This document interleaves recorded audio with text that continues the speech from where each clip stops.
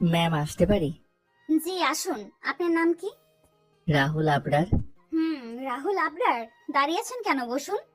রাহুল আস্তে আস্তে চেয়ারে বসে। তার হাত পা কাঁপতে শুরু করেছে। সামনে থাকা মেয়েটা তখন মুখ তুলে বলল, হুম, ভালো। আপনার সিভিতে দেখলাম বেশ ভালো রেজাল্ট আপনার, কিন্তু আমাদের কোম্পানির জন্য শুধু একাডেমিক মেধা যথেষ্ট নয়, প্র্যাকটিক্যাল দক্ষতা দরকার। আপনি কেন মনে করেন যে আপনি এই চাকরির জন্য উপযুক্ত? রাহুল সরাসরি নিহার চোখের দিকে তাকায়, আত্মবিশ্বাস সঞ্চয় করে বলে, আমি জানি ম্যাম, আমি বড় কোনো ব্যাকগ্রাউন্ড থেকে আসিনি। আমার পূর্বের কোনো চাকরির অভিজ্ঞতা নেই, কিন্তু আমি পরিশ্রম করতে জানি। আমার জীবন সংগ্রামের শিক্ষা আমাকে কাজের জায়গায় অন্যদের চেয়ে আলাদা করবে। বেশ গুছিয়ে কথা বলতে পারেন দেখছি। তা আপনি কি মনে করেন আপনার দ্বারা কোম্পানি কিভাবে লাভবান হতে পারে? ম্যাম, আমি নতুন কিছু জানতে শিখতে সব সময় আগ্রহী। তাই কোম্পানি আমাকে যে বিষয়ে ব্যবহার করতে চাইবে আমি সেখানে নিজের সর্বোচ্চটা দিয়ে কাজ করব। নিহা কিছুক্ষণ চুপ করে থাকে, তারপর মৃদু হেসে বলে, ঠিক আছে, আপনি কাল থেকে জয়েন করতে পারেন। আপনার পোস্টিংটা না হয় একটু সারপ্রাইজ হিসেবে থাকুক, কাল জয়েনের পর জানবেন। অসংখ্য ধন্যবাদ ম্যাম। বলেই রাহুল খুশি হয়ে অফিস থেকে বের হলো। ওদিকে নিহা নিজের জায়গায় বসে মুচকি মুচকি হাসছে। ছেলেটার কথা বলার ধরন তার বেশ পছন্দ হয়েছে। শহরের সবচেয়ে বড় ব্যবসায়িক সাম্রাজ্যের উত্তরাধিকারী নিহা রায়হান জন্ম থেকে বিলাসবহুল জীবনে অভ্যস্ত। তার বাবা রায়হান কবির দেশের অন্যতম সফল শিল্পপতি, মা সায়রা কবির একজন সমাজসেবী ছিলেন। কিন্তু নিহার বুদ্ধি হওয়ার আগেই তিনি পৃথিবীর মায়া ত্যাগ করেন। নিহা কলেজ জীবন থেকেই বাবার ব্যবসার খুঁটিনাটি শিখতে শুরু করে। এখন সে তাদের কোম্পানির নতুন চেয়ারম্যান। কর্মচারীদের কাছে সে ভীষণ কড়া, কিন্তু যোগ্যদের কদর করতে জানে। অন্যদিকে রাহুল আবরার মধ্যবিত্ত পরিবারের ছেলে। বাবা মারা গেছেন তখন তার বয়স ছিল মাত্র 14 বছর। মা শাহজাহান বেগম সেলাইয়ের কাজ করে সংসার চালান। ছোট বোন রায়সা এখন ক্লাস 10-এ পড়ে। রাহুল মায়ের কষ্ট কমানোর জন্য অনার্স কমপ্লিট করেই চাকরি খোঁজা শুরু করে দেয়। কিন্তু ঢাকা শহরে সহজে চাকরি পাওয়া তো বিলাসিতা। অনেক ইন্টারভিউ দিয়েছে, কিন্তু কোনো জায়গা থেকে চাকরির ডাক আসেনি। আজ সকালেও যখন বের হয়েছিল, কোনো আশাই ছিল না, কিন্তু সৃষ্টিকর্তার হয়তো তার প্রতি সহায় ছিলেন। রাতের আধারে ক্লান্ত শরীর নিয়ে রাহুল বাসার সামনে এসে দাঁড়ায়, হাতে এক বক্স মিষ্টি। দরজায় কড়া নাড়তেই তার মা দরজা খুলে দিলেন। কি রে বাবা, আজ এত দেরি হলো কেন? আর ইন্টারভিউ কেমন হলো?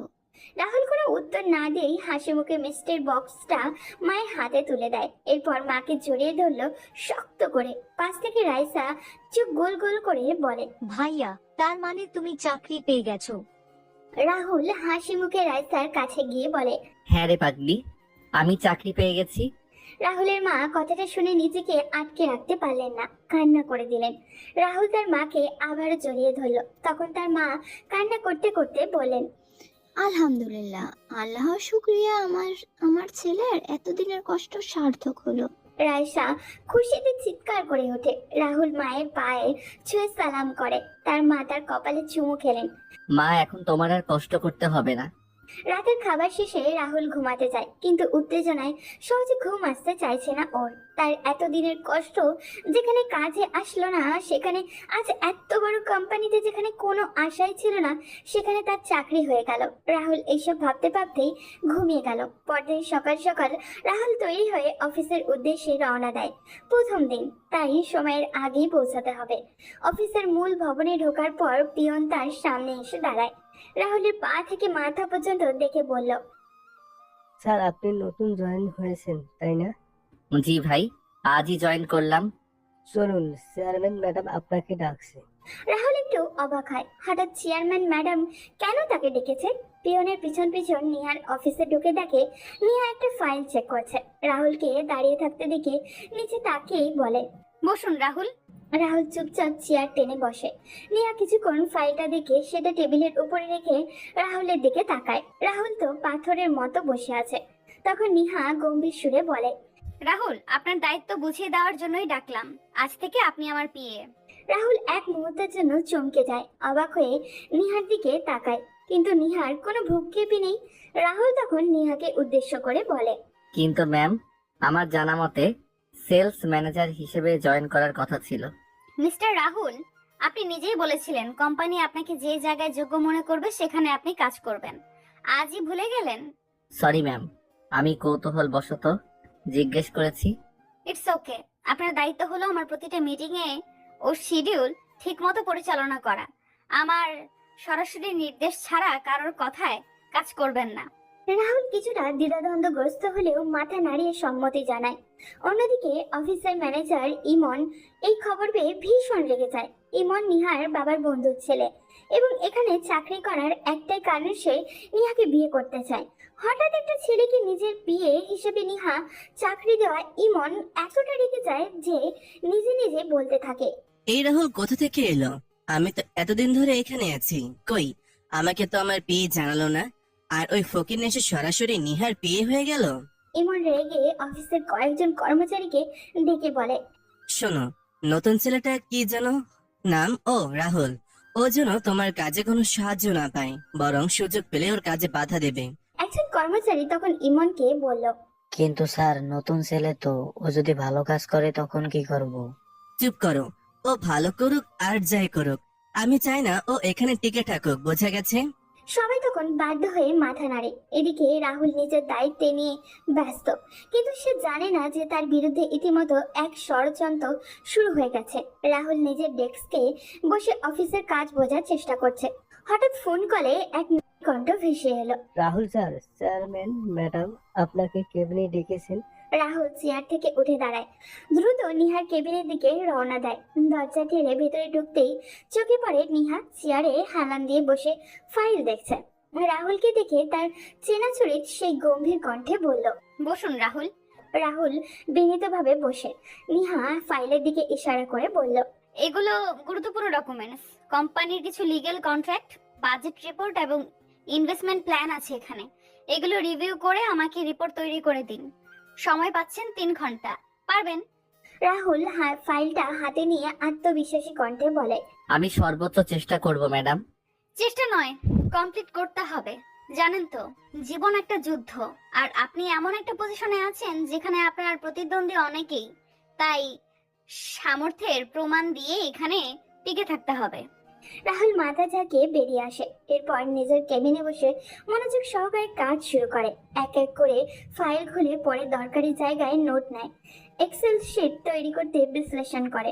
তার অভিজ্ঞতা কম, কিন্তু টিউশনি করে টাকা উপার্জনের অভ্যাসে তাকে সময়ের মূল্য বুঝিয়েছে। সঠিক সময়ের মধ্যে সব রিপোর্ট শেষ করে সে নিহার কেবিনের সামনে গিয়ে কড়া নাড়ে। কোনো দরকার মিস্টার রাহুল? ম্যাডাম, আমি রিপোর্ট জমা দিতে এসেছি। নিহা ভ্রু কুঁচকে তাকায়। এখনো 2.5 ঘন্টা হয়েছে। রাহুলকে ভিতরে আসতে বলে নিজের চেয়ারে হেলান দেয়। রাহুল ভিতরে এসে বসে নিহা বলে, এখনই শেষ? মাত্র 2.5 ঘন্টা হয়েছে। রাহুল চুপচাপ ফাইল এগিয়ে দেয়। নিহা ধীরে ধীরে ফাইল খুলে পড়তে শুরু করে। কিছুক্ষণ পর নিহা কিছুটা বিস্মিত হয়ে বলে, বেশ ভালো হয়েছে।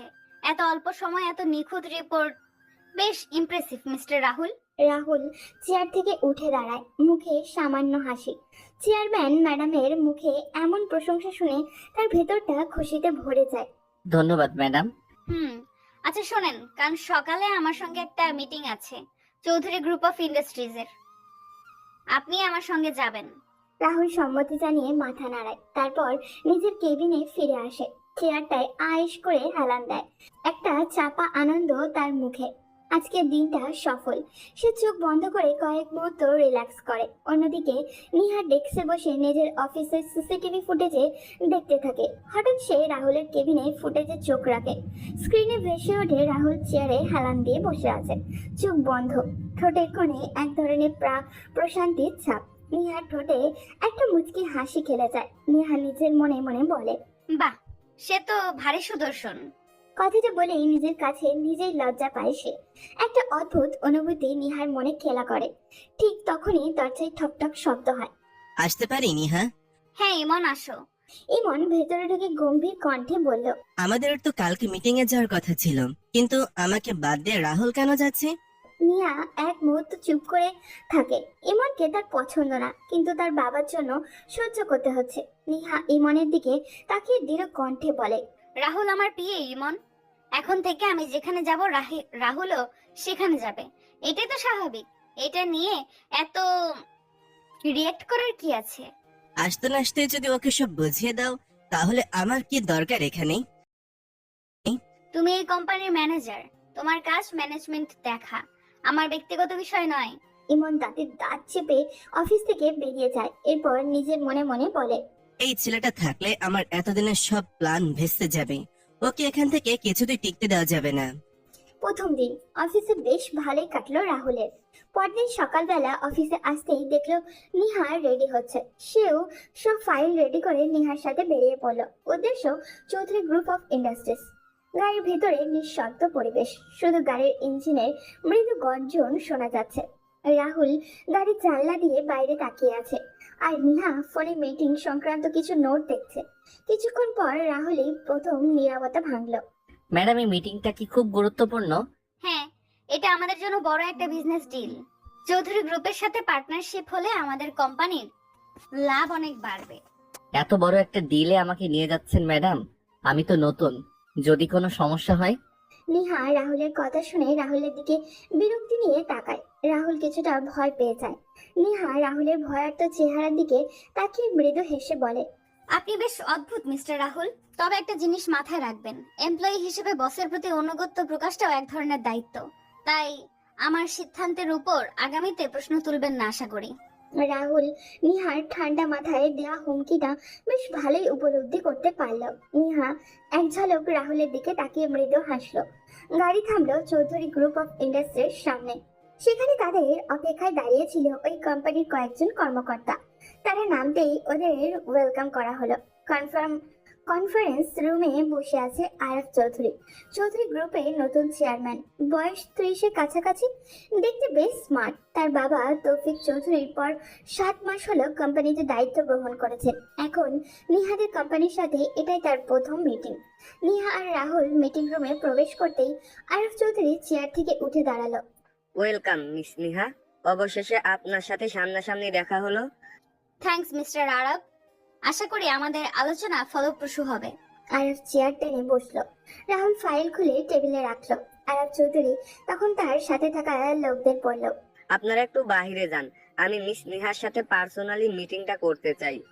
সবাই বেরিয়ে গেল। রাহুল এখনো নিহার পাশে বসে আছে। নিহার ওদিকে কোনো ভ্রুক্ষেপই নেই, সে তার মতো ফাইল দেখছে। তখন আরব চৌধুরী মুচকি হেসে নিহাকে উদ্দেশ্য করে বলল, তো মিস নিহা, এই ডিল আপনার কোম্পানির জন্য বিশাল লাভজনক হবে, এটা তো জানেন। নিশ্চয়ই জানি, আর সেজন্যই এখানে এসেছি। আরব ধীরে ধীরে একটা কলম হাতে নিল। এরপর সেটা ঘোরাতে ঘোরাতে বলল, ঠিক আছে, তাহলে সরাসরি আসল কথায় আসি। আমি চাচ্ছি ডিলটা একটু ব্যক্তিগতভাবে সাইন করতে। মানে আপনি কি বলতে চাইছেন? আরব চৌধুরী নিজের চেয়ার থেকে উঠে আস্তে আস্তে নিহার দিকে এগিয়ে এলো। এরপর শয়তানি একটা হাসি দিয়ে বলল, ডিলটা সাইন করতে হলে আপনাকে আমার একটা ছোট অনুরোধ রাখতে হবে। মানে একদিনের জন্য আমার একটু সঙ্গ দিতে হবে। পুরো রুমে মুহূর্তেই থমথমে নীরবতা নেমে এলো। রাহুল তখন পাশে বসেছিল। তার চোখ মুখে ঘৃণা ফুটে উঠল। নিহা ভীষণ রেগে গেল, কিন্তু নিজের রাগ সামলে বলল, মিস্টার চৌধুরী, আমি ঠিক বুঝতে পারছি না, আপনি কি বলতে চাইছেন? বুঝতে তো পারছেনই মিস নিহা, আমি চাই আমাদের পার্টনারশিপ একটু বেশি ঘনিষ্ঠ হোক। আপনার কোম্পানি এখনো আমার কোম্পানির অর্ধেও সমান নয়, কিন্তু আপনি আমার সাথে পার্টনারশিপ করলে খুব তাড়াতাড়ি কোম্পানি নিয়ে একটা বড় পজিশনে যেতে পারবেন। এইবার আর অপেক্ষা না করে নিহা সোজা উঠে দাঁড়ালো। এরপর রাগী কণ্ঠে বলল, আপনার মতো নিচু মনের মানুষের সাথে পার্টনারশিপ করার চেয়ে আমার কোম্পানির ক্ষতি হওয়াই ভালো। আর আমার এখন আপনার কোম্পানির কাজকর্মের সততা নিয়েও সন্দেহ হচ্ছে। বলেই সে ডিলের কাগজগুলো নিয়ে ছুঁড়ে মারল আরবের মুখের উপরে। রুমের পরিবেশ মুহূর্তে উত্তপ্ত হয়ে উঠল। আরব চৌধুরী রাগান্বিত স্বরে বলল, আপনি কি জানেন আপনি কার সাথে এরকম ব্যবহার করেছেন? হ্যাঁ, নিশ্চয়ই জানি। আমি দ্য গ্রেট তৌফিক চৌধুরীর বিগড়ে যাওয়া চরিত্রহীন ছেলে আরব চৌধুরীর সাথে কথা বলছি। রাহুল চুপচাপ সব দেখছিল। নিহার এইরকম প্রতিবাদ দেখে নিহার প্রতি অদ্ভুত শ্রদ্ধা তৈরি হলো। নিহা রাহুলের দিকে তাকিয়ে বলল, চলো রাহুল, এখানে সময় নষ্ট করার কিছু নেই। আপনার ডিল আপনি গিলে খান। রাহুল কিছু না বলে নিহার পিছু পিছু চলে আসলো। অফিসে ফিরে এসে নিহা নিজের কেবিনে বসলো, চুপচাপ এক দৃষ্টিতে টেবিলের দিকে তাকিয়ে আছে। এত বড় একটা ডিল যা কোম্পানিকে অনেক দূরে এগিয়ে নিয়ে যেতে পারত, সেটা সে বিনা দ্বিধায় ফেলে এসেছে। কিন্তু এটা কি সত্যি ঠিক হলো? ব্যবসায় তো আবেগের জায়গা নয়, তাই বলে কি সে নিজের ইজ্জত বিলিয়ে দিবে? বড় কোম্পানি তো কি হয়েছে, ওদের কথা সব হবে নাকি? না, নিহা আর ভাবতে পারছে না। সে রাহুলকে ডেকে পাঠালো। কয়েক মিনিট পর রাহুল দরজায় কড়া নাড়লো। আমি আসতে পারি ম্যাডাম? আসুন। রাহুল ভেতরে এসে দাঁড়ালো। নিয়া কিছু বলছে না, মাথা নিচু করে কিছু একটা চিন্তা করছে। রাহুল তখন সাহস করে বলল, ম্যাম, আপনি কি কিছু নিয়ে চিন্তিত? একটু। আচ্ছা রাহুল, আজ আমি যা করলাম এটা কি ঠিক করলাম? রাহুল নিহার প্রশ্নে কয়েক সেকেন্ড চুপ করে থাকলো, তারপর ধীর গলায় বলল, ম্যাডাম, একটা কথা কি জানেন? টাকা পয়সা আর লোক দেখানো সম্মানের লোভে অনেকে নিজেদের আত্মসম্মান বিক্রি করে দেয়, কিন্তু যিনি সৎ পথে থাকেন তার জন্য হাজারো সুযোগ অপেক্ষা করে। নিহা অবাক হয়ে রাহুলের দিকে তাকালো। রাহুল তখন আবারও বলল, ম্যাম, আপনি আজ একটা অনৈতিক প্রস্তাব ফিরিয়ে দিয়ে প্রমাণ করেছেন ব্যবসার থেকেও বড় কিছু আছে, আর সেটা হলো সম্মান। আপনি যা করেছেন সেটা একদম ঠিক করেছেন। নিহার চোখে মুগ্ধতা ফুটে উঠল। রাহুলের কথাগুলো তার ভীষণ ভালো লাগলো। সে কিছুক্ষণ চুপ করে থেকে মৃদু হাসি দিয়ে বলল, তাহলে তোমার মতে সৎ পথে থাকলে সফল হওয়া যায়? নিশ্চয়ই, শুধু ধৈর্য রাখতে হবে। আপনি দেখবেন কিছুদিন পরে ডিলের থেকেও ভালো ডিল আপনার সামনে এসে দাঁড়াবে ইনশাআল্লাহ। নিহা রাহুলের কথায় মুচকি হাসলো। রাহুলের কথায় যেন সে নতুন একটা ভরসা খুঁজে পেল। ওদিকে অফিস শেষ হওয়ার পর ইমন বাসায় গিয়ে তার বাবার সামনে দাঁড়ালো। তার বাবা সিরাজ খান ইমনের চেহারা দেখে ভ্রু কুঁচকে জিজ্ঞাসা করলেন, কি হয়েছে? এত রাগ নিয়ে বাসায় ফিরে এসেছিস কেন? কারণ আবার কি, তোমার বন্ধুর মেয়ে নিহা। আমি কি ওর কোম্পানিতে সিনিয়র ম্যানেজার, নাকি কোনো নাচের পুতুল? অফিসে একটা নতুন ছেলে এসেছে, নাম রাহুল। সেই ছেলেকে সে তার পিএ বানিয়েছে। এখন যেখানে নিহা যাবে সেই ছেলেকেও নিয়ে যাবে। আমি প্রতিবাদ করেছিলাম, সে আমাকে কোনো পাত্তাই দিল না, তাই রাগ করে অফিস থেকে চলে এসেছি। ইমনের কথা শুনে সিরাজ খান ধীর গতিতে সোফায় বসলেন।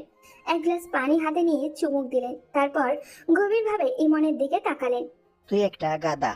ইমন হতভম্ব হয়ে গেল। তার বাবা এমন কথা কিভাবে বলল? সে তো অবাক হয়ে বলল, বাবা, তুমি আমাকে সাপোর্ট না করে ওকে সাপোর্ট করছো? ইমন, তুই তো এখন বোঝার চেষ্টা করছিস না আসল খেলা কি। অফিস থেকে বেরিয়ে এসে তুই কি অর্জন করলি? এখন ওই রাহুল নামের ছেলেটা ওর আরো কাছাকাছি চলে যাবে, তুই শুধু বসে বসে হা করে দেখবি। ইমন এবার কিছুটা চুপ হয়ে গেল। সিরাজ খান তখন চোখে সরু করে ইমনকে বললেন, শুন, নেহা এই কোম্পানির একমাত্র উত্তরাধিকারী। তুই যদি ওকে বিয়ে করিস, ওর বাবার সমস্ত সম্পত্তি আমাদের হাতে চলে আসবে। আমাদের পুরো ব্যবসা একাই চালাবো। তোর কি মনে হয় এই সামান্য একটা চাকরি ধরে রাখার জন্য আমি তোকে ওখানে পাঠিয়েছি? তাহলে এখন আমাকে কি করতে হবে বাবা? কাল থেকে নিয়মিত অফিসে যাবি, এমন ভাব করবে যেন কিছুই হয়নি। ধীরে ধীরে নেহার মন জয় কর।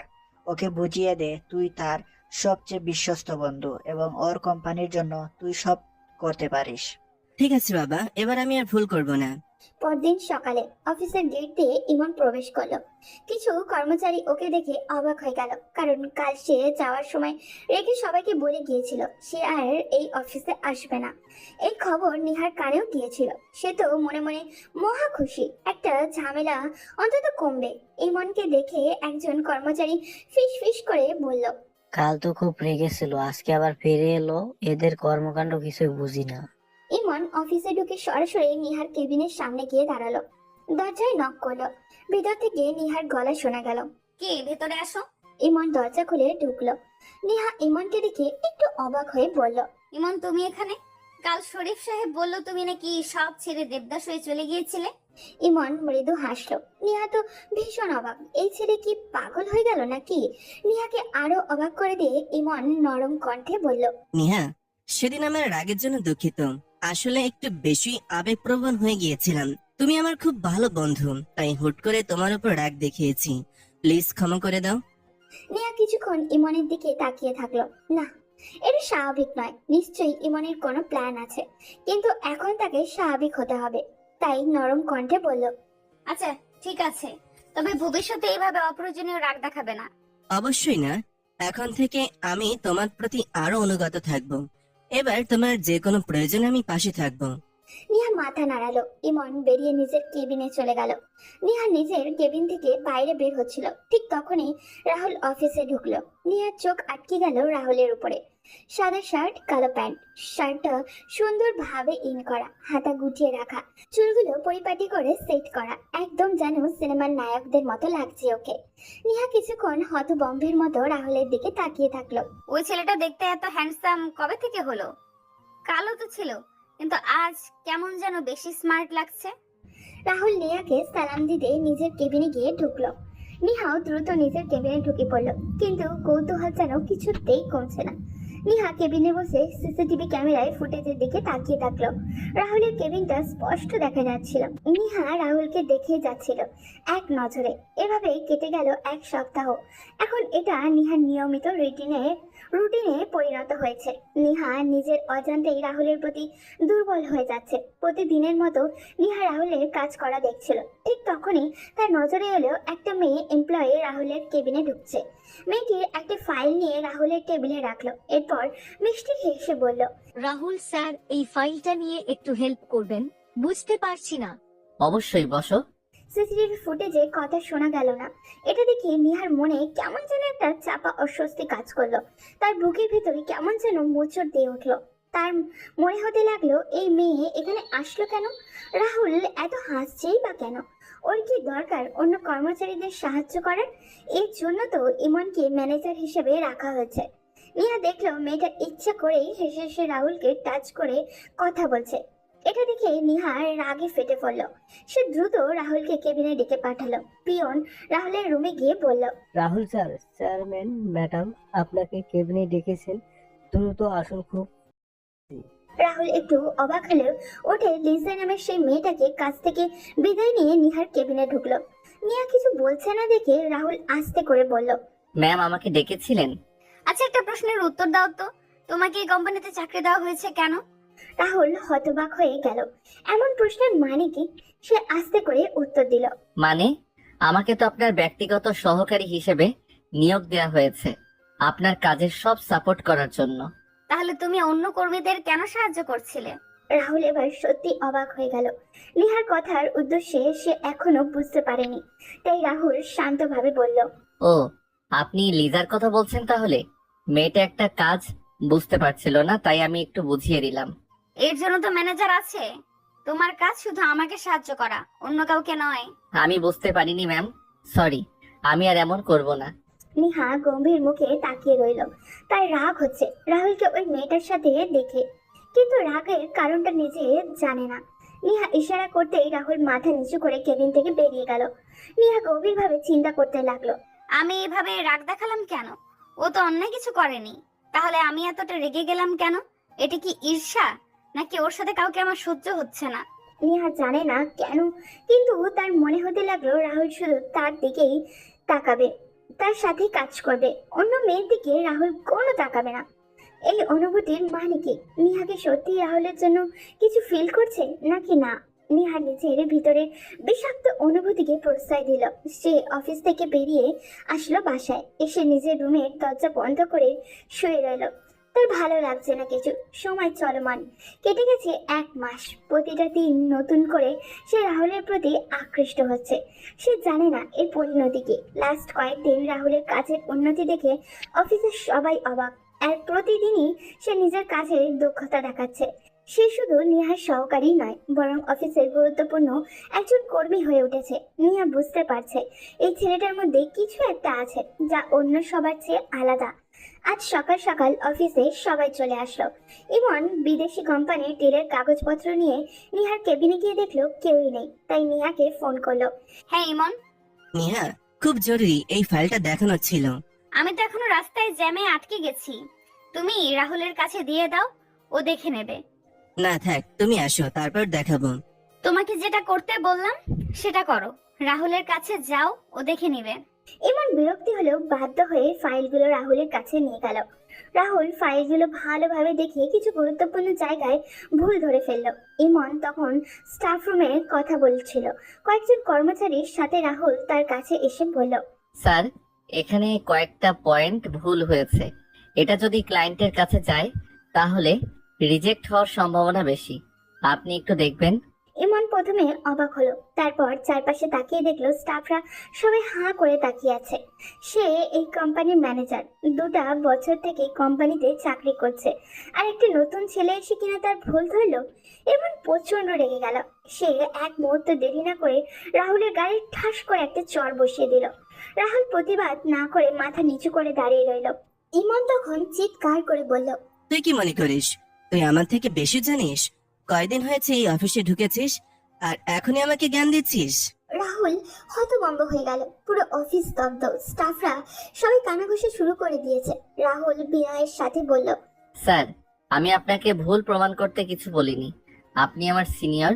আপনার মতো যোগ্যতা অর্জন করা এখনো আমার কাছে পাহাড় সম ব্যাপার। আমি শুধু অফিসের ভালোর জন্য বললাম। নিহা তোকে একটু বেশি দাম দেয় বলে তুই ভাবতে শুরু করেছিস তুই এই অফিসের মালিক? আমি এত বছর ধরে এখানে কাজ করছি আর তুই এসে বলবি আমি ভুল করেছি? সরি স্যার, আমার এরকম কোনো ধারণা নেই। কিন্তু আমরা সবাই তো সেটাই দেখতে পাচ্ছি। শোনো, আমার নিজের অফিস আছে আর সেটার প্রেজেন্টেশনও আমি রেডি করি, তাই আমি জানি কিভাবে কি করতে হয়। আমাকে জ্ঞান দেওয়ার চেষ্টা করবে না। রাহুল মাথা নিচু করে দাঁড়িয়ে রইল। অফিসের স্টাফরা ইতিমধ্যে রাহুলের উন্নতি দেখে হিংসায় জ্বলে যাচ্ছিল। তারা সুযোগ পেয়ে ইমনের পক্ষ নিয়ে রাহুলকে বাজে কথা শোনাতে লাগলো। রাহুল চুপচাপ সব সহ্য করছিল। ঠিক তখনই নিয়া অফিসে ঢুকলো। সে দেখে পুরো অফিস চুপচাপ। রাহুলের গালে লাল দাগ হয়ে আছে আর ইমন দাঁড়িয়ে চিৎকার করছে। নিয়া ঢুকেই কড়া গলায় বলল, এখানে কি হচ্ছে? ইমন নিহার কাছে ভালো সাজার জন্য দ্রুত সামনে এগিয়ে বলল, এই ছেলেটা নিজেকে অফিসের মালিক ভাবতে শুরু করেছে। আমার করা প্রেজেন্টেশনকে ভুল বলেছিল, অফিসটা পথে বসানোর প্ল্যান করছে। নিহা কোনো কথা না বলে ফাইলগুলো হাতে নিল। এরপর রাহুলকে নিজের কাছে ডেকে ভুলগুলো দেখিয়ে দিতে বলল। রাহুল তার সামনে এসে চুপচাপ ফাইলের ভুলগুলো দেখিয়ে দিল। নিহা সবকিছু দেখে গভীরভাবে চিন্তা করলো। তারপর ইমনের দিকে ফিরে কঠিন গলায় বলল, রাহুল ঠিকই বলেছে, এই জায়গাগুলোতে ভুল হয়েছে। তোমার উচিত ছিল রাহুলকে ধন্যবাদ দেওয়া, কারণ ও তোমার ভুলগুলো সংশোধন করতে চেয়েছে, কিন্তু তুমি তা না করে ওকে সবার সামনে অপমান করেছো। পুরো অফিস স্তব্ধ হয়ে গেল। এতক্ষণ যারা ইমনের হয়ে গলা ফাটাচ্ছিল তারাও চুপসে গেল, চুপচাপ এক কোণে দাঁড়িয়ে রইল। ইমন নিজেকে সঠিক প্রমাণ করতে বলল, দেখো নিহা এগুলো। জাস্ট শাট আপ ইমন, তুমি এখনই সবার সামনে রাহুলের কাছে ক্ষমা চাও। কথাটা শুনে অফিসের মধ্যে থমথমে পরিবেশ বিরাজ করলো। একজন ম্যানেজার হয়ে তার নিম্ন পদস্থ একজন এমপ্লয়ের কাছে ক্ষমা চাইবে, ব্যাপারটা দৃষ্টিকটু। ইমন তৎক্ষণাৎ প্রতিবাদ করে বলল, নিহা, আমি তোমার অফিসে চাকরি করি বলে আমাকে দিয়ে একটা সাধারণ ফকিরের কাছে ক্ষমা চাইতে পারো না? মাইন্ড ইওর ল্যাঙ্গুয়েজ ইমন, যেটা বললাম সেটা করো তাড়াতাড়ি। ব্যাপারটাকে আর কমপ্লিকেটেড করো না। না, কোনোভাবেই না। ওর কি যোগ্যতা আছে আমার এতদিনের অভিজ্ঞতা নিয়ে প্রশ্ন তোলায়? আমি বিশ্বাস করি এই প্রেজেন্টেশন যদি সবার সামনে দেওয়া হয় তাহলে ক্লায়েন্ট আমারটাই পছন্দ করবে। নিহা এবার আরো কঠোর হয়ে ইমনের দিকে তাকালো। অফিসের সব স্টাফরা এতক্ষণে নিহার রাগী চেহারা দেখে কাঁপাকাঁপি শুরু করেছে। নিহা ইমনকে হুঙ্কার দিয়ে বলল, ইমন, তোমার কোনো অধিকার নেই রাহুলকে এইভাবে অপমান করার। সে আমার অ্যাসিস্ট্যান্ট। আমি যখন ওকে দায়িত্ব দিয়েছি তখন তোমার উচিত ছিল ওর কথাগুলো শোনা, কিন্তু তুমি সেটা না করে সবার সামনে ওকে অপমান করেছো। এই কারণে তুমি এক্ষুনি সবার সামনে রাহুলের কাছে সরি বলবে এবং এই প্রেজেন্টেশন ডিল 2টা থেকেই তুমি বাদ পড়বে। ইমন ভেতরে ভেতরে ক্ষোভে ফেটে পড়ল। রাহুলের কাছে ক্ষমা চাওয়া তো দূরে থাক, সে কোনো কথা না বলে অফিস থেকে বের হয়ে গেল। সে সোজা তার বাবার কাছে গিয়ে বলল, বাবা, নিহা ওই ছেলেটার জন্য আমাকে অপমান করেছে। আমাকে বিদেশি একটা ক্লায়েন্টের সাথে ডিল থেকে বাদ দিয়েছে। পুরো অফিসের স্টাফদের সামনে রাহুলের কাছে সরি বলতে বলেছে। বুঝলাম। ওই রাহুল নামের ছেলেটা যতদিন অফিসে থাকবে আমাদের প্ল্যান সফল হবে না। সিরাজ খান একটা সিগারেট ধরিয়ে ধোঁয়া ছাড়তে ছাড়তে বললেন, নেহা আমাদের হাতের বাইরে চলে গেছে, এখন ওর লাগাম টেনে ধরতে হবে। আমরা এখন নেহার বাবার কাছে যাব, তার এমন মগজদুলাই করব যে তাকে বুঝাবো এই রাহুল নামের ছেলেটা শুধু তার মেয়ের জন্য হুমকি নয়, তার সমস্ত সম্পত্তির জন্য হুমকি। তাই তাকে দ্রুত সরাতে হবে। আর নিশ্চয়ই আমার বন্ধু আমার কথা বিশ্বাস করবে। ওদিকে ইমন অফিস ছেড়ে বেরিয়ে যাওয়ার পর নিহার রাগ কমেনি। সে জানে ইমন কেমন। অবশ্যই সে এর প্রতিশোধ নেবে এবং রাহুলের ক্ষতি করার জন্য আরো কোনো বড় ষড়যন্ত্র করবে। তবে এখন সে এসব নিয়ে ভাবতে চায় না। সে কেবিনে গিয়ে রাহুলকে নিজের কেবিনে ডাকলো। রাহুল কিছুটা দ্বিধাগ্রস্ত হলেও উঠে নিহার কেবিনে গেল। নিহা তাকে বসতে ইশারা করলো। রাহুল বসতেই নিহা হালকা হাসার চেষ্টা করে বলল, রাহুল, তুমি ইমনের কথাই কিছু মনে করো না। ওর কথার পাত্তা দেওয়ার দরকার নেই। নিজের কাজে মনোযোগ দাও। আমি ওকে অনেক আগেই বের করে দিতাম, কিন্তু কি করব, বাবার ছোটবেলার বন্ধুর ছেলে, বাবা নিজে ওকে চাকরি দিয়েছে, তাই আমি চাইলেও ওকে বের করতে পারছি না। কিন্তু ম্যাম উনি তো চলে গেলেন রাগ করে। পাগল হয়েছো? ওকে তুমি চেনো না। দেখবে কাল সকালেই হয়তো অফিসে এসে হাজির। ওর কথা বাদ দাও, তুমি ওর কথায় কষ্ট পেও না। আমি কিছু মনে করিনি ম্যাম, আমি শুধু কাজটা ঠিকভাবে করতে চেয়েছিলাম।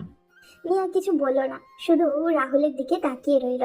তারপর সে হুট করে একটা ফাইল টেনে এনে রাহুলের সামনে রাখলো। এই ফাইলটা আপডেট করো, আমার সামনে বসে কাজ করো, যেন আমি একবার দেখে নিতে পারি। রাহুল মাথা নাড়িয়ে সম্মতি দিল এবং নিহার সামনে বসে ফাইল আপডেট করতে লাগলো। রাহুল কাজ করছিল, কিন্তু নিহার চোখে এক মুহূর্তের জন্য তার উপর থেকে সরছিল না। সে অনুভব করছিল রাহুলের কাছে থাকলে তার মধ্যে একটা অজানা প্রশান্তি কাজ করে। নিহার খুব ইচ্ছে হলো রাহুলকে কাছ থেকে দেখার, খুব কাছ থেকে। কিন্তু সেটা কিভাবে? হঠাৎ করে নিহা নাটক শুরু করলো। সে চোখে হাত দিল এবং ব্যথার ভান করে মুখ কুঁচকে ফেললো। উফ রাহুল, দেখো তো আমার চোখে কিছু একটা ঢুকে গেছে। রাহুল দ্রুত তাকালো নিহার দিকে। নিহা ব্যাপারটা আরো রিয়েলিস্টিক করার জন্য প্রায় কান্নাই করে দিল। রাহুল চিন্তিত গলায় উঠে দাঁড়িয়ে বলল, ম্যাম সব ঠিক আছে? আমি ডাক্তার ডাকবো? না, দরকার নেই। এক কাজ করো, আমার চোখে ফু দাও, তাহলে ঠিক হয়ে যাবে। রাহুল একটু দ্বিধায় পড়ে গেল, কিন্তু সরল মনে চেয়ার থেকে উঠে দাঁড়ালো। সে ধীরে ধীরে নিহার দিকে এগিয়ে গেল। তারপর সে হালকা করে নিহার চোখে ফু দিতে লাগলো। নিহার নিঃশ্বাস আটকে আসছিল। সে এত কাছ থেকে প্রথমবার রাহুলকে ফিল করছিল। এটা একদমই তার নিয়ন্ত্রণের বাইরে চলে যাচ্ছিল। ঠিক তখনই নিহা নিজেকে আর আটকে রাখতে পারল না। সে হুট করে রাহুলকে টেনে নিজের কাছে এনে দুই ঠোঁট চেপে ধরে কিস করলো। রাহুল তো হতবাক, তার পুরো শরীর জমে গেল। সে এক মুহূর্তের জন্য বুঝতে পারলো না কি হচ্ছে। নিহার ঠোঁট তার ঠোঁটের উপরে ছিল। কয়েক সেকেন্ড পর রাহুল এখন পুরো বিষয়টা উপলব্ধি করলো। সঙ্গে সঙ্গে নিহাকে ধাক্কা দিয়ে নিজে থেকে ছাড়িয়ে নিল। নিহা এখনো নিঃশব্দ চোখে তার দিকে তাকিয়ে আছে। রাহুল চোখ বড় বড় করে তাকিয়ে রইল নিহার দিকে। ম্যাম আপনি এটা কি করলেন? নিহা তখন নিজেও হতবাক। এতক্ষণে যেন সে হুঁশ ফিরল। তার মনে হলো সে কিছু একটা বাড়াবাড়ি করে ফেলেছে। সে নিচের দিকে তাকিয়ে নিঃশ্বাস নিল। তারপর আস্তে করে বলল, আমি সরি রাহুল। কিন্তু রাহুল কিছু না বলেই দ্রুত কেবিন থেকে বেরিয়ে গেল। রাহুলকে বেরিয়ে যেতে দেখে নিয়া চেয়ার থেকে উঠে দাঁড়িয়ে গেল। তার হৃদস্পন্দন এত জোরে চলছিল যে এখনই জান বের হয়ে যাবে। রাহুল নিজের কেবিনে গিয়ে মাথায় হাত দিয়ে চেয়ারে বসে পড়ল। এই নিহাকে তার বড্ড অচেনা লাগছে। নিহা এটা তার সাথে কিভাবে করতে পারলো? ওদিকে ইমন তার বাবা সিরাজ সাহেবের সাথে নিহারের বাড়িতে গেল। নিহার বাবা রায়হান কবির তখন ড্রয়িং রুমে বসে টিভি দেখছিলেন। সিরাজ খান এবং ইমনকে ভেতরে ঢুকতে দেখে তিনি উঠে হাসি মুখে বললেন, আরে সিরাজ, তুই এখানে? তুই আসবি, আগে বলবি না? সিরাজ খান দীর্ঘশ্বাস ফেলে বলার পর গম্ভীর স্বরে রায়হান কবিরকে উদ্দেশ্য করে বললেন, আমি কি জানতাম এরকম একটা বিষয়ের জন্য তোর বাসায় আসতে হবে? মানে তুই ঠিক কি বলতে চাইছিস আমি বুঝতে পারছি না, একটু খুলে বল। কি আর বলবো, তোর মেয়ে অফিসটাকে একটা খেলার মাঠ বানিয়েছে, যা ইচ্ছা তাই করে বেড়াচ্ছে। রায়হান কবির একটু অবাক হলেন। ওনার নিজের মেয়ের উপরে যথেষ্ট ভরসা আছে, তাই একটু গম্ভীর কণ্ঠে বললেন, সিরাজ, আমি সত্যি এখনো কিছু বুঝতে পারছি না, খুলে বলতো। তখন ইমন পাশ থেকে উত্তেজিত গলায় বলল, আঙ্কেল, আজ অফিসে আমাকে সবার সামনে অপমান করা হয়েছে। শুধু অপমান না, আমাকে আমার নিজের প্রেজেন্টেশন থেকে সরিয়ে দেওয়া হয়েছে। একটা নতুন ছেলে এসে আমার জায়গায় বসে গেছে। রায়হান কবির গম্ভীর হয়ে তাকালেন ইমনের দিকে। ইমন আবারও বলল, আঙ্কেল, আমি এই অফিসে আপনার কথায় চাকরি করছি এতদিন থেকে, কিন্তু আজ কয়দিন হলো নেহা আমার সাথে খুব বাজে ব্যবহার করছে। একটা নতুন ছেলেকে নিজের বিয়ে বানিয়েছে, আর অফিসের সব গুরুত্বপূর্ণ ডিল ওই ছেলেটাকে দিয়েই করাচ্ছে।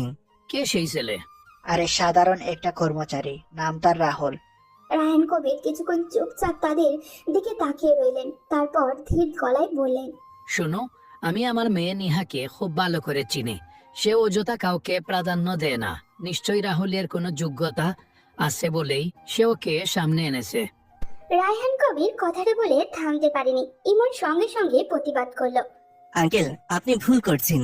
এই ছেলেটার জন্য চৌধুরী গ্রুপের মতন বড় কোম্পানির ডিল বাতিল করা হয়েছে। আপনি কি জানেন এই ডিল বাতিল হওয়ার কারণে কত বড় ক্ষতি হয়ে গেল? রায়হান কবির চুপচাপ চোখ বন্ধ করে কিছুক্ষণ ভাবলেন, তারপর আবার গম্ভীর গলায় বললেন, আমি এই বিদেশি কোম্পানির সাথে ওর প্রেজেন্টেশনটা দেখতে চাই। যদি রাহুল সত্যিই ভুল করে থাকে তাহলে আমি ওকে অফিস থেকে বের করে দেব, কিন্তু যদি ওর সবকিছু ঠিক থাকে তাহলে আমি ওকে প্রমোশন দেব। সিরাজ খান তখন কিছুটা হতাশ হয়ে বললেন, তুই তার উপর এত বিশ্বাস করছিস কেন বন্ধু? রায়হান কবির মৃদু হাসলেন, এরপর সোফায় হেলান দিয়ে বললেন, আমি আমার মেয়ের বিচার বুদ্ধির উপর বিশ্বাস করি। তবুও তোমাদের কথা শোনার পর আমি নিজে যাচাই না করে কিছু বলবো না। ইমন ভেতরে ভেতরে চলতে লাগলো। তার মনে হচ্ছিল সবকিছু রাহুলের পক্ষে চলে যাচ্ছে, কিন্তু সে কিছু বলার সাহস পেল না। সে ভেতরে ভেতরে প্রতিজ্ঞা করলো কিছুতেই রাহুলকে এখানে টিকতে দেবে না। পরদিন আরকে গ্রুপ অফ ইন্ডাস্ট্রির বিলাসবহুল কনফারেন্স রুমে এক গুরুত্বপূর্ণ মিটিং শুরু হলো। বিদেশি ক্লায়েন্টদের বিশাল টিম এসে বসেছে। তাদের সামনে রয়েছে রায়হান কবির, নিহা, ইমন এবং অফিসের অন্যান্য উচ্চপদস্থ কর্মকর্তারা। তবে আজকের সবচেয়ে গুরুত্বপূর্ণ ব্যক্তি রাহুলকেই মনে হচ্ছে। সে একদম নিখুঁত পোশাক পরে আত্মবিশ্বাসী ভঙ্গিতে দাঁড়িয়ে প্রেজেন্টেশন শুরু করলো। তার গলার স্বর দৃঢ়, চোখে আত্মবিশ্বাস ভর্তি। নিহা রাহুলের দিকে তাকিয়ে মৃদু হাসছিল।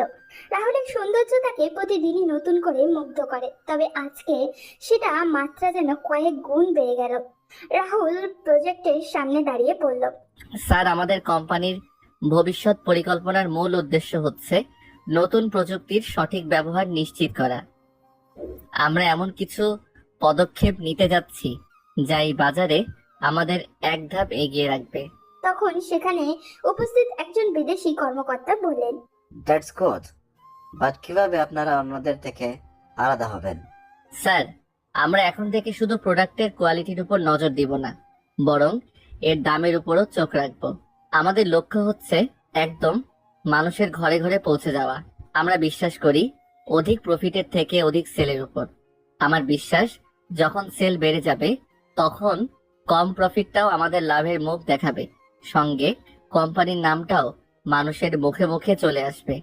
Great idea young man. তবে আমার মনে হয় আপনি মার্কেটে এর প্রভাব সম্পর্কে বিস্তারিত বললে আমরা আরো একটু সাহস নিয়ে এগোতে পারবো। এরপর রাহুল তাদের প্রতিটি প্রশ্নের যথাযথ উত্তরও দিল। প্রেজেন্টেশন চলতে থাকলো। প্রতিটি তথ্য পরিষ্কার, গোছানো এবং অত্যন্ত পেশাদারিত্ব নিয়ে তুলে ধরলো সবার সামনে। যে কেউ এটা দেখে বুঝতে পারবে সে বেশ প্রস্তুতি নিয়েই এখানে এসেছে। সবকিছু শুনে ক্লায়েন্টরা একে একে মাথা নাড়ালো। একজন বিদেশি প্রতিনিধি মুগ্ধ হয়ে রায়হান কবিরকে উদ্দেশ্য করে বলল, mister Kabir, this is one of the best presentation you have seen in a long time. Your employee is truly brilliant. অন্য একজন বলল, ইয়েস, উই আর ইমপ্রেস। আমরা প্রস্তুত ডিলটা সাইন করার জন্য। এই কথা শুনে সবার মুখ উজ্জ্বল হয়ে উঠল। ইমন হতবাক হয়ে তাকিয়ে থাকলো রাহুলের দিকে, কিন্তু সবচেয়ে অবাক হলেন রায়হান কবির। তিনি ভাবতেও পারেনি রাহুল এত চমৎকার ভাবে একটা আন্তর্জাতিক প্রেজেন্টেশন পরিচালনা করতে পারবে। তখন একজন বিদেশি নারী ক্লায়েন্ট হাসি মুখে বলল, mister Kabir, we want him for our company. আপনারা যদি ওনাকে আমাদের কোম্পানিতে চাকরির সুযোগ দেন, আমার বিশ্বাস উনি আরো নিজেকে তৈরি করতে পারবেন। হ্যাঁ, এখনো অনেক জায়গায় ইমপ্রুভমেন্ট প্রয়োজন, তবে আমার ধারণা ওনার মধ্যে সেই পোটেনশিয়াল আছে। এই কথা শুনে নিহা চেয়ারে একটু সোজা হয়ে বসলো। মেয়েটির কথা যেন তার বিন্দুমাত্র পছন্দ হলো না, তাই একটু সিরিয়াস ফেস নিয়ে বলল, দেখুন, কেউ ইচ্ছে করে হাতের লক্ষ্মী পায়ে ঠেলে না মিস। রাহুল আমাদের কোম্পানির থেকে নিজেকে প্রমাণ করার সুযোগ পেয়েছে। আমার বিশ্বাস সে আমাদের ছেড়ে যেতে চাইবে না। আর আমরাও তাকে হারাতে চাই না, তাই আমরা ডিলটার ব্যাপারে কথা বললেই ভালো হয়। মেয়েটা চুপ হয়ে গেল। এই কথোপকথনের মধ্যে ডিল ফাইনাল হয়ে গেল। রায়হান কবিরের আর কে গ্রুপে অফ ইন্ডাস্ট্রির জন্য এটা একটা বিশাল সফলতা। নিহা তখন সবার সামনে ঘোষণা দিল এই ডিলটার শুরু থেকে সব রাহুলই দেখবে। সবাই চলে যাওয়ার পর রায়হান কবির অফিসের করিডোরে তার মেয়েকে ডেকে বললেন, নিহা, তোমার সাথে কিছু কথা আছে। নিহা বুঝতে পারলো বাবা এখন সিরিয়াস মোডে আছেন, তাই রায়হান কবিরকে নিয়ে তার কেবিনে গেল। কেবিনে ঢোকার পর তিনি গম্ভীর স্বরে বললেন, ইমন আর সিরাজ যা বলেছিল সেটা ঠিকই বলেছিল। তুমি একজন সাধারণ কর্মচারীর উপর বেশি ভরসা করছো। নিহা শান্তভাবে বলল, বাবা, আমি জানি আমি কি করছি, আর রাহুল তো আজ সবার সামনেই তার যোগ্যতার প্রমাণ দিল। রায়হান কবির একটু গম্ভীর হয়ে বললেন, আমি মানছি তার সেই যোগ্যতা আছে, আর ডেলটা আমরা তার জন্যই পেয়েছি। কিন্তু তুমি কি শুধু যোগ্যতার কারণেই ওর প্রতি এতটা কেয়ার দেখাচ্ছ, নাকি অন্য কোনো কারণ আছে? নিয়া এবার মুহূর্তের মধ্যেই চুপ করে গেল। তারপর সে গভীর শ্বাস নিয়ে রায়হান কবিরের চোখে চোখ রেখে বললেন, বাবা, আমি জানি তুমি আমার চোখ দেখলেই সব বুঝে যাও, আর সেটা বুঝতে পেরেছো বলেই রাহুল এত কিছু করার পরেও আমাকে এভাবে বলছো। হ্যাঁ, রাহুলের সততা, তার বুদ্ধিমত্তা আর তার সৌন্দর্যে মুগ্ধ হয়ে গেছি। আমি চাই রাহুলকে বিয়ে করতে। রায়হান কবির চমকে গেলেন। তিনি কিছুক্ষণ মেয়ের দিকে তাকিয়ে রইলেন, কিন্তু নিহার সেদিকে কোনো ভ্রুক্ষেপই নেই। রায়হান কবির তখন ধীরে ধীরে বললেন, তুমি কি পাগল হয়ে গেছো? তুমি তোমার অফিসের একজন সাধারণ কর্মচারীকে বিয়ে করতে চাও?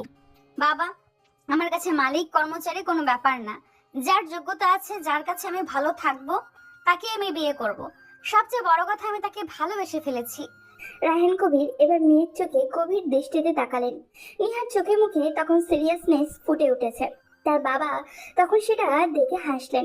তিনি মেয়ের মাথায় হাত বুলিয়ে দিয়ে বললেন, তুমি যদি ওকে নিয়ে এতটাই নিশ্চিত হও তাহলে আমি আপত্তি করব না। তবে এত বড় সিদ্ধান্ত নেয়ার আগে রাহুলকে একটু সময় দাও। এখনো তার অনেক ইমপ্রুভমেন্ট দরকার। তার চেহারা দেখছো, এখনো টি শার্ট পরলে বাচ্চা দেখাবে। সময় দাও, ও তো আর পালিয়ে যাচ্ছে না। নিহা তার বাবাকে শক্ত করে জড়িয়ে ধরলো। সে জানতো তার বাবা কোনোদিন তার পছন্দকে অসম্মান করবে না। রায়হান কবিরও মেয়েকে জড়িয়ে ধরলেন। তিনি জানেন তার মেয়ে কখনোই ভুল পথে যাবে না। আর ইমনের লাস্ট কয়েকদিনের ব্যবহারের রিপোর্টও তিনি পেয়েছিলেন, কিন্তু বন্ধুর মুখের দিকে তাকিয়ে রাজি ছিলেন নিহাকে ইমনের সাথে বিয়ে দিতে। কিন্তু এখন যখন নিহাই ইমনকে রিজেক্ট করেছে, তখন তিনি আর জোর কাটাতে চান না। এদিকে অফিসে বড় ডিল সাইনের জন্য সবাইকে বোনাস দেওয়া হলো। স্টাফদের মধ্যে খুশির আমেজ ছড়িয়ে পড়লো। কিন্তু এই খুশির মুহূর্তেই ইমন ভেতর ভেতর জ্বলতে লাগলো। সে বুঝতে পারলো রাহুল শুধু অফিসের সেরা এমপ্লয়ি হয়নি, এখন সে নিহার জীবনের বিশেষ জায়গাও নিতে শুরু করেছে। পরদিন সকালে ইমন ও তার বাবা নিহাদের বাসায় আবারও এলেন। রায়হান কবির তখন নিজের রুমেই বসেছিলেন। বন্ধু কবির, আমি আজ একটা গুরুত্বপূর্ণ কথা বলতে এসেছি। রায়হান কবির শান্ত গলায় বললেন, বলো বন্ধু, শুনছি। কিন্তু কথাটা সিরাজ খান শুরু না করে ইমন শুরু করলো। সে রায়হান কবিরকে উদ্দেশ্য করে বললেন, আঙ্কেল, রাহুলকে আপনার অযথা বড় দায়িত্ব দিয়ে কোম্পানিকে ধ্বংসের দিকে নিয়ে যাচ্ছেন। সে একটা নতুন ছেলে। হ্যাঁ, মানছি তার কাজ অনেক ভালো, তাই বলে এতটা ভরসা করা ঠিক হচ্ছে না। এমন সফলতার মূল্যায়ন আমি করি। রাহুল তার যোগ্যতার প্রমাণ দিয়েছে, যেটা তুমি এত বছরেও পারোনি। তাই সে এই জায়গাটায় এসেছে। তোমরা তার যোগ্যতাকে স্বীকার না করে তাকে হিংসা করছো, এটা ঠিক নয়। সিরাজ খান এবার রাগান্বিত স্বরে বললেন, তুই কি বুঝতে পারছিস তুই কি ভুল করছিস? একটা নতুন ছেলেকে এত বড় দায়িত্ব দিয়েছিস। নিজের বিশ্বস্ত লোক এদের সরিয়ে দিচ্ছ। রায়হান কবির এবার একটু কঠোর হলেন। কিছুটা কড়া গলায় বন্ধুকে উদ্দেশ্য করে বললেন, আমি আমার সিদ্ধান্ত নিয়ে সন্দেহ করি না সিরাজ। আমি জানি আমার মেয়ে কার উপর আস্থা রেখেছে, আর আমি তার সিদ্ধান্তকে সম্মান করি। এবার সিরাজ খান বুঝলেন বিষয়টা হাত থেকে বেরিয়ে গেছে, তাই তিনি সরাসরি আসল প্রসঙ্গে এলেন। ঠিক আছে, সব বাদ দাও, আমি যাচ্ছি নেহা। আর ইমনের বিয়ের একটা তারিখ ঠিক করতে বেশ কয়েকদিন তো হলো। দুজন পড়ালেখা শেষ করেছে, এখন দুজনে স্ট্যাবলিশ। এই কথা শুনেই রায়হান কবিরের মুখ শক্ত হয়ে গেল। তিনি বন্ধুকে উদ্দেশ্য করে ধীরে ধীরে বললেন, সরি বন্ধু, তোমাকে দেওয়া কথা আমি রাখতে পারলাম না। নেহা ইতিমধ্যেই আমাকে জানিয়েছে সে রাহুলকে পছন্দ করে, এবং আমি আমার মেয়ের সিদ্ধান্তের উপর কোনো চাপ দিতে চাই না। রায়হান কবিরের এই আকস্মিক কথা শুনে ইমনের মুখ কেমন যেন ফ্যাকাশে হয়ে গেল। আর সিরাজ খান রাগে লাল হয়ে উঠলেন। তিনি চেয়ার ঠেলে উঠে দাঁড়ালেন, রাগী গলায় বললেন, তুমি খুব বড় ভুল করছো বন্ধু কবির। তুমি তোমার মেয়ের ভালো মন্দ বোঝার চেষ্টা করছো না। সাধারণ একজন কর্মচারীর জন্য তুমি আমাদের সম্পর্ক নষ্ট করছো।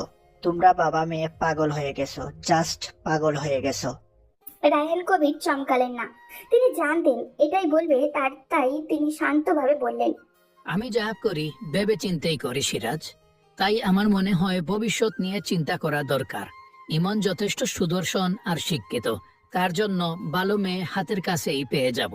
আমার ছেলেকে নিয়ে তোমার চিন্তা করতে হবে না, চললাম আমি। বলেই সিরাজ খান আর এক মুহূর্ত সেখানে থাকলেন না। তিনি ইমনকে সঙ্গে নিয়ে রেগে রায়হান কবিরের বাসা থেকে বেরিয়ে গেলেন। বাসায় ফেরার পরপরই সিরাজ খান ভীষণ ইমনকে বকাবকি শুরু করলেন। অকর্মার ডে কি একটা! এতদিন থেকে তুই অফিসে আসিস, অথচ তুই নেহাকে ইমপ্রেস করতে পারলে না, আর দুদিনের একটা ছেলে এসে বিয়ে করে নিচ্ছে। বাবা, আমি চেষ্টা করেছিলাম, নেহা আমাকে আস্তে আস্তে ভরসা করতে শুরু করেছিল, কিন্তু এই রাহুল আমাদের সব প্ল্যান ভেস্তে দিয়েছে। তাহলে রাহুলকে সরাও, এখনই কোনো ব্যবস্থা নাও। ওদের কাটা আসলেই সেটাকে সরিয়ে ফেলতে হয়। কিন্তু কিভাবে বাবা? সিরাজ খান এবার একটা দ্রুত হাসি দিলেন, এরপর হাঁটতে হাঁটতে বললেন, গতকাল ডিল সাইন করার পর কি সিদ্ধান্ত হয়েছে? নেহা সিঙ্গাপুর যাবে নতুন ক্লায়েন্টদের সাথে দেখা করার জন্য। হ্যাঁ, ও আগামী শনিবার রওনা দেবে শুনলাম। তখন ওই আমাদের সুযোগ রাহুলকে দেয়ার। তখন ওই কাজটা সমাপ্ত করতে হবে, একটু এদিক ওদিক করবে না, বললাম মনে রেখো। তখন সিরাজ খান ইমনকে কিভাবে কি করতে হবে সব বুঝিয়ে দিলেন। ইমন এবার একটু স্বস্তির নিঃশ্বাস ফেলল। তারপর তার বাবাকে উদ্দেশ্য করে বলল, ঠিক আছে বাবা, এবার আমি রাহুলের খেলা শেষ করবই। দেখতে দেখতে সময় চলে গেল। আজ নিহা সিঙ্গাপুর যাবে, তাই রাহুল তাকে এয়ারপোর্টে দিতে এসেছে। নিহা ভেতরে ঢোকার আগেই হঠাৎ রাহুলের হাত ধরে বলল, রাহুল, আমি তো থাকবো না কয়েকদিন, তুমি অফিস ঠিক মতো দেখাশোনা করবে। ইমনের উপর আমার ভরসা নেই। ওকে ম্যাম, আপনি চিন্তা করবেন না। আর একটা কথা, ওই লিজা, রিমা, আর একটা মেয়ে কি যেন নাম? সামিয়া। বাহ, মেয়েদের নামও দেখি আজকাল খুব ভালো মনে রাখা শুরু করেছো। সরি ম্যাম, একসাথে কাজ করি তাই জানা হয়েছিল। একসাথে কোথাও কাজ করো? তুমি আমার সাথে কাজ করো, এটা মাথায় রাখবে। আর আমি কিন্তু এসে রিপোর্ট নিব। যদি কোনো মেয়ের সাথে আলগা পিরিয়ড দেখাও তাহলে ফল ভালো হবে না। Okay ma'am. ওকে ম্যাম মানে কি? কথাটা বুঝেছো তো? আমি কিন্তু প্রতিদিন কল করে খোঁজ নিব। এখন গেলাম, গুড বাই। বলেই নিহা ভেতরে চলে গেল। রাহুলও তার বাসার দিকে রওনা দিল। আজ বোনকে নিয়ে একটু ঘুরতে যেতে হবে, অনেকদিন থেকে বায়না করছে ও। ওদিকে নিহা সিঙ্গাপুর যাওয়ার পরদিনই ইমন অফিসের দায়িত্ব পেয়ে গেল। এটা স্বাভাবিক, কারণ অফিসের চেয়ারম্যান না থাকলে সব দায়িত্ব ম্যানেজারের হাতেই যায়। কিন্তু রাহুল কিছুটা অবাক হচ্ছিল, কারণ ইমন দায়িত্ব পাওয়ার পর থেকে অফিসের কিছু কর্মচারী অদ্ভুতভাবে তার দিকে তাকাচ্ছে। কিছুজন চাপা হাসিও হাসছে। একজন তো বলেই ফেললো, ম্যাম তোমাকে এত বিশ্বাস করে কিন্তু দায়িত্ব দিয়ে গেল ইমন স্যারের হাতে, এটা মানা যায় নাকি? রাহুল বেশ বিরক্ত হলো বিষয়টাতে, কারণ এরা হয়তো আসেই অন্যদের পিছনে লাগার জন্য। সে এসবে মাথা না ঘামিয়ে নিজের কাজ করতে লাগলো। কিন্তু সমস্যা বাঁধলো নিহা সিঙ্গাপুর যাওয়ার দ্বিতীয় দিন সকালে। রাহুল অফিসে ঢুকতেই দেখতে পেল ভেতরে ভীষণ হইচই হচ্ছে। কর্মচারীদের মধ্যে ফিসফিস করে আলোচনা চলছে, কয়েকজন উত্তেজিতভাবে ছোটাছুটিও করছে। রাহুল এগিয়ে গিয়ে জিজ্ঞাসা করলো, অফিসে কি হয়েছে? সবাই এত অস্থির কেন? তুমি শোনোনি অফিসের মেইন অ্যাকাউন্ট থেকে 50 লাখ টাকা গায়েব? কি বলছো? এটা কিভাবে সম্ভব? বলে রাহুল ভিতরে গেল। সবাই মিলে অনেক চেষ্টা করেও ব্যর্থ কারণ হিসেবে কোনো সমস্যা নেই, টাকাটা সত্যি গায়েব। সব স্টাফদের তল্লাশি করা হলো, কিন্তু কারোর কাছেই নেই। আর স্বাভাবিকভাবেই কেউ এত টাকা ক্যাশ করাতে পারবে না। এভাবে দুপুর হয়ে গেল। ইমন বাইরে গিয়েছিল, আসার পর সব স্টাফকে কমন রুমে নিয়ে এসে গভীর গলায় বলেন, আমরা সব স্টাফদের ব্যাংক হিসেব বের করেছি, টাকাটা কার অ্যাকাউন্টে গেছে জানো? সবাই নীরব হয়ে গেল। ইমন এবার ধীরে ধীরে রাহুলের দিকে তাকিয়ে বললেন, দ্য গ্রেট মিস্টার রাহুল, টাকাটা তোমার অ্যাকাউন্টে গেছে। রাহুল মাথায় যেন বাজ পড়ল। সে এইসব ব্যাপারে বিন্দুমাত্র কিছু জানে না। কথাটা শুনেই সে অবাক হয়ে বলল, কি? এটা কিভাবে সম্ভব স্যার? আমি তো কখনো। ইমন রাহুলকে কিছু বলতে না দিয়ে ব্যাংকের স্টেটমেন্ট দেখিয়ে বলল, দেখো, এখানে স্পষ্ট লেখা আছে টাকাটা সরাসরি তোমার অ্যাকাউন্টে গেছে। তুমি কি বলতে চাও ব্যাংক মিথ্যা বলছে? আর এই কথা আমরা সবাই জানি যে নিহা আর আমি ছাড়া এই অফিসে একমাত্র তুমি আছো, যে অফিসের সব টাকা পয়সার হিসাব, অ্যাকাউন্ট ইনফরমেশন সব তোমার কাছে আছে। রাহুল হতবাক হয়ে দাঁড়িয়ে রইল। কর্মচারীদের মধ্যে শোরগোল শুরু হলো। সুযোগ পেয়ে সবাই খোঁচা দিতে শুরু করলো। আরে এতদিন ধরে ভাবছিলাম ছেলেটা সৎ, কিন্তু শেষ পর্যন্ত চোর বের হলো। দৌড় ম্যাম একটু বেশিই বিশ্বাস করেছিল, তাই সুযোগ পেয়ে হিসাবে গরমিল করে কোম্পানির টাকা মেরে খাচ্ছিল। রাহুল এসব আর নিতে পারছিল না। সে তখন সবার সামনে হাত জোর করে বলল, প্লিজ বিশ্বাস করুন, আমি এই কাজ করিনি। আমি টাকাটার সম্পর্কে আমি কিছুই জানি না। কিন্তু কেউ তার কথা শুনলো না। ইমন এবার হঠাৎই রাগ দেখিয়ে রাহুলের কলার চেপে ধরলো। তুই একটা টাকা চোর, এত বড় বিশ্বাসঘাতকতা করলি? আমরা তোকে বিশ্বাস করেছিলাম। নিহা তো অফিসের সবকিছু তোর হাতে দিয়েছিল, আর তুই এভাবে এর প্রতিদান দিলি? রাহুল কিছু বলার আগেই ইমন তাকে ধাক্কা দিয়ে ফ্লোরে ফেলে দিল। সুযোগ পেয়ে রাহুলকে হিংসা করে এমন কিছু কর্মচারীও ইমনের পক্ষে যোগ দিল। তারা সবাই মিলে রাহুলকে মারতে শুরু করলো। রাহুল কাতর হয়ে বলল, প্লিজ আমাকে বিশ্বাস করুন, আমি এই কাজ করিনি। কিন্তু কেউ বিশ্বাস করলো না। বরং ইমনকে আরো উস্কে দিয়ে একজন বলল, স্যার, এমন চোরদেরকে অফিসে রাখা উচিত না, এদেরকে অফিস থেকে বের করে দেন। ইমন সেটাই করলো। রায়হান কবিরকে ডেকে আনা হলো অফিসে। তিনি এসে দেখলেন রাহুল মাটিতে পড়ে আছে, মুখে আঘাতের দাগ, জামা কাপড় ছেঁড়া। তিনি গম্ভীর গলায় বললেন, ইমন, কি হয়েছে এখানে?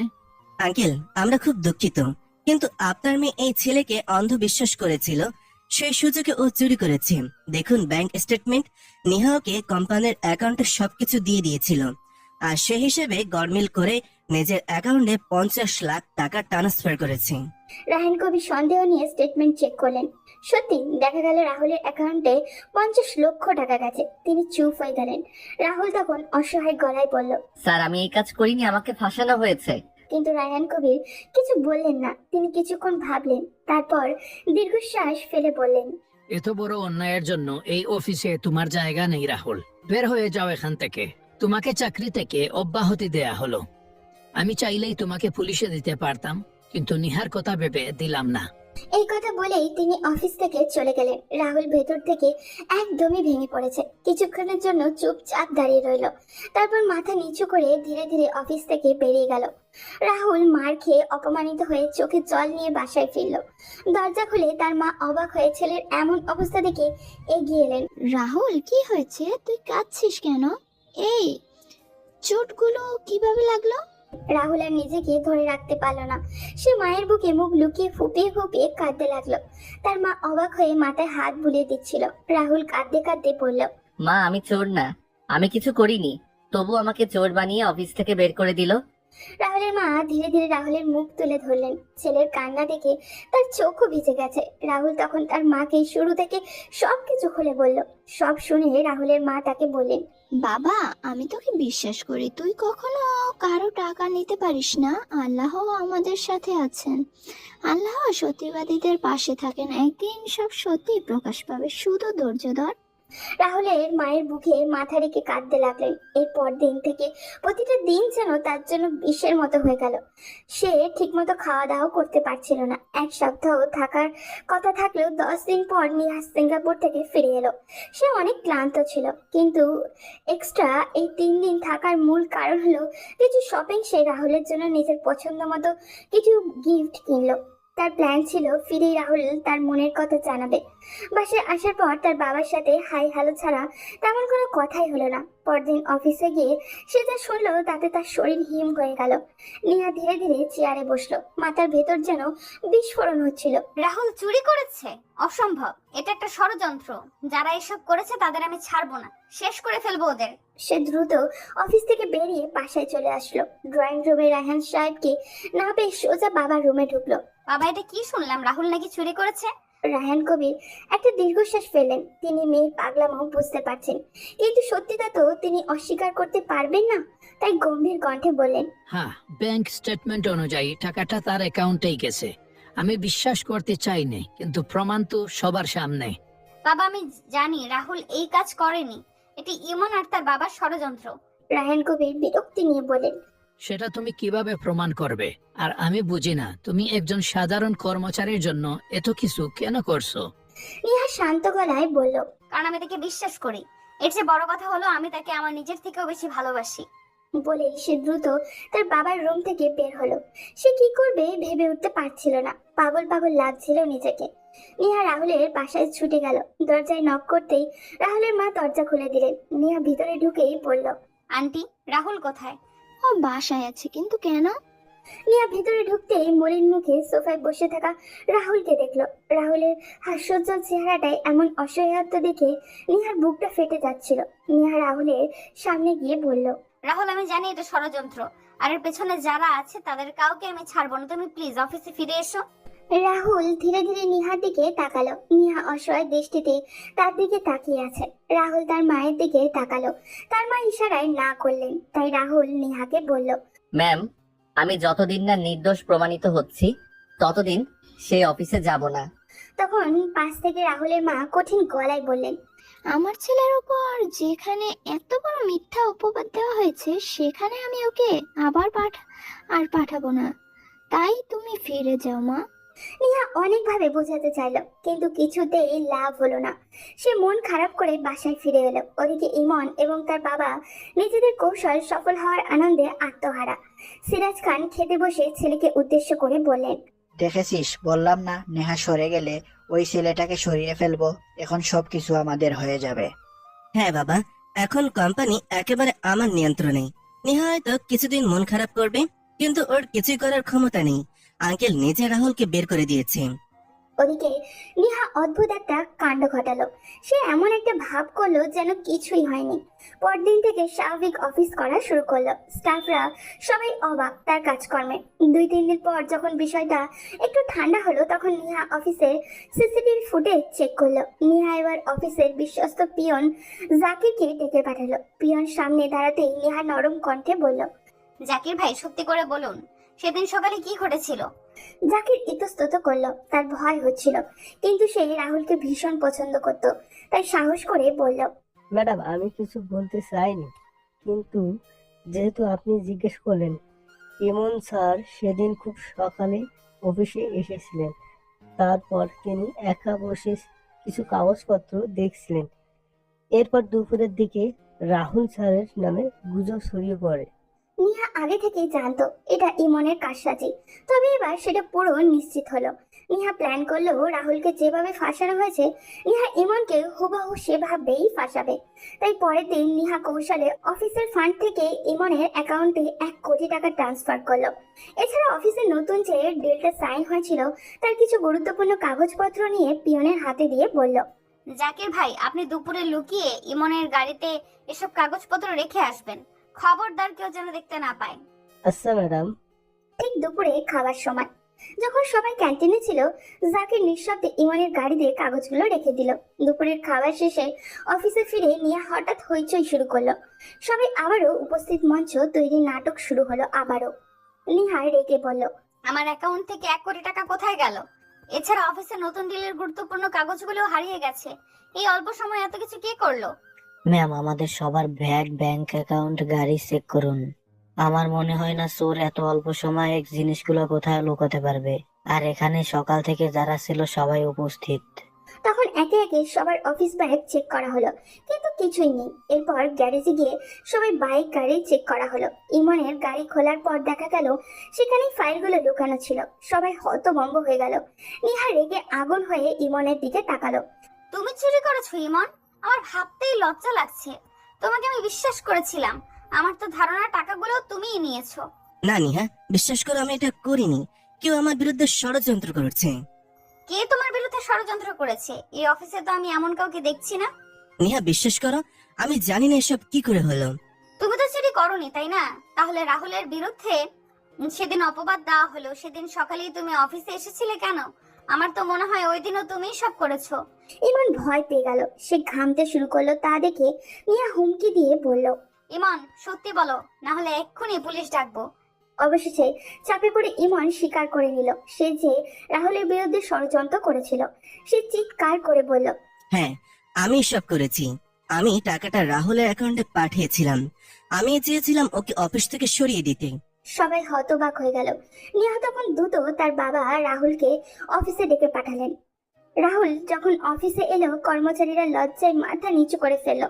তখন কয়েকজন এগিয়ে গিয়ে বলল, আমরা ভুল বুঝছিলাম রাহুল, আমাদেরকে তুমি ক্ষমা করে দাও। রাহুলের বিপরীতে শুধু মুচকি হাসছে। রায়হান কবির সব শুনে ভীষণ রেগে গেলেন। তিনি ইমনকে পুলিশের হাতে তুলে দিলেন। ইমন কাঁদতে কাঁদতে বলল, আঙ্কেল, আমাকে ক্ষমা করে দিন। আমি কোনোদিন এমন ভুল আর করব না। কিন্তু কেউ তার কথা শুনল না। এদিকে রাহুল চুপচাপ এক কোণে দাঁড়িয়েছিল। নিহা তখন তার কাছে গিয়ে বলল, দেখেছো, আমি বলেছিলাম না সত্য একদিন প্রকাশ হবেই। এখন তো অফিসে আসতে আর কোনো আপত্তি থাকার কথা না। রাহুলের চোখ ভিজে গেল। সে আস্তে করে বলল, ধন্যবাদ ম্যাম আমাকে বিশ্বাস করার জন্য। পরদিন থেকে রাহুল আবারও অফিসে আসা শুরু করলো। অফিস ছুটির পর নিহা রাহুলকে বলল, রাহুল, তুমি কি একটু সময় বের করতে পারবে? হ্যাঁ, কেন? চলো কোথাও একটা যাই। অফিস বাড়ি করতে করতে আর ভালো লাগছে না।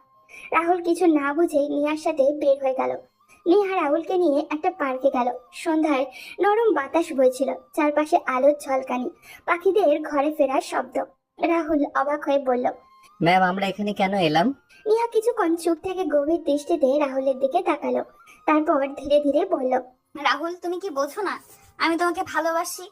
আমার তোমার প্রতি কেয়ার, তোমার জন্য চিন্তা, এসব কি একবারও তুমি লক্ষ্য করোনি? রাহুল হতবাক হয়ে গেল। এই ঠান্ডা পরিবেশেও তার কপাল বেয়ে যেন ঘাম ঝরে পড়লো। সে তোতলাতে তোতলাতে বলল, কি- কি- কি কি বলছেন আপনি? হ্যাঁ, অনেকদিন থেকেই তোমাকে ভালোবাসি। আমি জানি না ম্যাম, আপনি এটা ভাবলেন কি করে? আপনি এত বড় লোক আর আমি কোথায়? আপনার বাবা এটা কখনো মানবে না। আমি আপনার যোগ্য নই। ভালোবাসার জন্য টাকা পয়সার দরকার হয় না রাহুল। আমি তোমাকে চাই, শুধু তোমাকে। তোমার কি আছে না আছে সেটা দেখার সময় আমার নেই। রাহুল চোখ নামিয়ে বলল, দেখুন ম্যাম, আমার পক্ষে এটা সম্ভব না। আমি নিজের জায়গা ভুলে গিয়ে এসব করতে পারবো না। কেন পারবে না রাহুল? আমার বাবার জন্য। বাবা অনেক আগে থেকেই রাজি, তোমাকে এসব নিয়ে চিন্তা করতে হবে না। রাহুল এবার চমকে গিয়ে নিহার দিকে তাকালো। নিহা কি সত্যি বলছে? রাহুল আবারও নিহাকে একঘরে প্রশ্ন করতেই নিহা রাহুলকে জড়িয়ে ধরে বলল, রাহুল সাহেব, আপনি বড্ড ভীতু। কাল সকালেই দেখবেন আমি সত্যি বলছি নাকি মিথ্যা। পরদিন নিহা আবারও তার বাবা রাহুলের বাসায় গেলেন। রাহুলের মা একসেপ্ট করেনি এত বড় একটা কোম্পানির মালিক তার বাসায় আসবে। তিনি অবাক হয়ে বললেন, আপনারা এখানে? রায়হান কবির ড্রয়িং রুমে বসে হাসি মুখে বললেন, আসলে আমি আমার মেয়ের সাথে রাহুলের বিয়ের ব্যাপারে কথা বলতে এসেছি। তারা একে অপরকে পছন্দ করে। রাহুলের মায়ের তো এইসব বিশ্বাসই হচ্ছে না। তিনি আর কিছু বলতে পারলেন না। ওদিকে নিহা রাহুলের রুমে গিয়ে দেখলো রাহুল চুপচাপ বসে আছে। নিহাকে দেখে উঠে দাঁড়ালো। নিহা তখন রাহুলের হাত ধরে বলল, কি মিস্টার, বলেছিলাম না কাল হাজির হব তোমার বাসায়। এবার বলো, তুমি কি রাজি? নিহার এমন কথায় রাহুল লজ্জা পেয়ে গেল। তা দেখে নিহা হেসে বলল, ওরে বাবা, লজ্জা আমার পাওয়ার কথা, কিন্তু আমার থেকে বেশি লজ্জা তো তুমিই পাচ্ছ। সময় চলমান। 1 মাস পর মহা ধুমধামে নিহা ও রাহুলের বিয়ে সম্পন্ন হলো। বাসর ঘরে রাহুলের অবস্থা তো একদমই খারাপ। সে কি করবে ভেবে উঠতে পারছিল না। লজ্জায় মাটির দিকে তাকিয়েছিল। তা দেখে নিহা হাসতে হাসতে বলল, কি ব্যাপার, এত চুপচাপ কেন? আসলে ম্যাম আমি একটু নার্ভাস। রাহুল, তুমি আমার হাজবেন্ড আর আমি তোমার বউ। এখন আবার ম্যাম বলছো কেন? আর একবার ম্যাম বা আপনি ডাকলে কিন্তু শেষ করে ফেলবো। নিহার কথায় রাহুল যেন একটু সাহস পেল। সে নিহার কাছে গিয়ে আস্তে করে নিহার হাত ধরে বলল, নিহা, আপনি না মানে তুমি জানো, আমি কখনো ভাবিনি আমার জীবন এভাবে বদলে যাবে। সবকিছু স্বপ্নের মতো লাগছে। বুঝলাম। এবার বলো, ভালোবাসো আমায়? হুম। মানে কি? স্পষ্ট করে বলো, ভালোবাসো আমায়? রাহুল এবার সাহস করে নিহাকে বুকের সাথে চেপে ধরে বলল, হ্যাঁ, আমিও তোমাকে ভালোবাসি, ভীষণ ভালোবাসি। নিহা আর তার প্রিয় পুরুষের কণ্ঠে ভালোবাসার কথা শুনে খুশিতে রাহুলের সারা মুখে কিস করতে লাগলো। এরপর কি হলো তা আমাদের জানা নেই। তারা চলতে থাকুক তাদের মতো, সব পূর্ণতা সুন্দর হোক। আজ এই পর্যন্তই। দেখা হবে পরবর্তী কোনো গল্পতে। সে পর্যন্ত সবাই ভালো থাকবেন এবং সুস্থ থাকবেন।